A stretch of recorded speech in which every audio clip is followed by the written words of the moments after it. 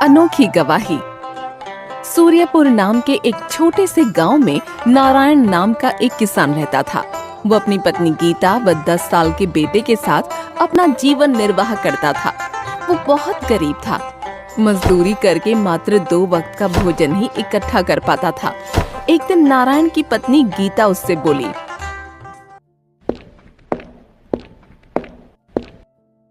सुनो जी, पहले हम 2 थे, तभी परिवार का गुजारा मुश्किल से हो पाता था। अब तो अमर भी बड़ा हो गया है, इसलिए मैंने एक बात सोची है। तुमने क्या बात सोची है गीता? आज से खेत खलिहानों में मैं भी मजदूरी करने जाया करूंगी। गीता, मैं तुम्हें कोई भी सुख नहीं दे पाया। अपना जीवन तुम्हें गरीबी में ही बिताना पड़ा।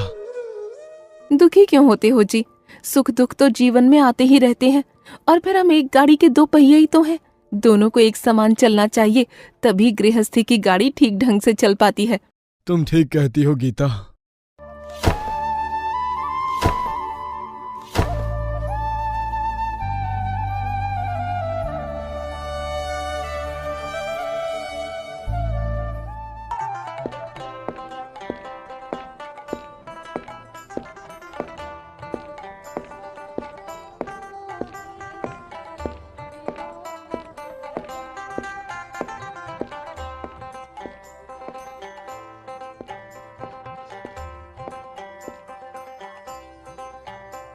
गीता और नारायण दोनों ही दूसरे के खेतों में मजदूरी करने लगे।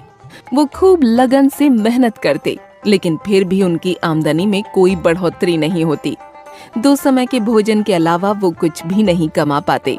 धीरे धीरे अमर भी 12 साल का हो गया।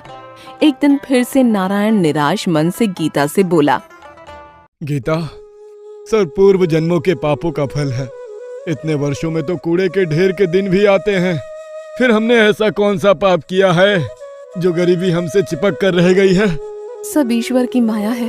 अब तो वही हमें आगे का रास्ता बता सकते हैं।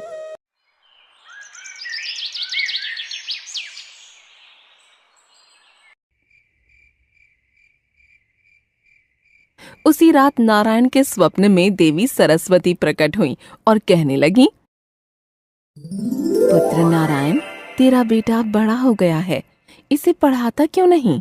देवी सरस्वती, आप तो मेरी दशा से भली भांति अवगत होंगी। ऐसी कठिन परिस्थितियों में मैं कैसे अमर को पढ़ा सकता हूँ? कुछ भी करो बेटा, अपना पेट काटो, पर अमर को अवश्य पढ़ाओ। उसकी शिक्षा के उपरांत ही तुम्हारी गरीबी दूर होगी।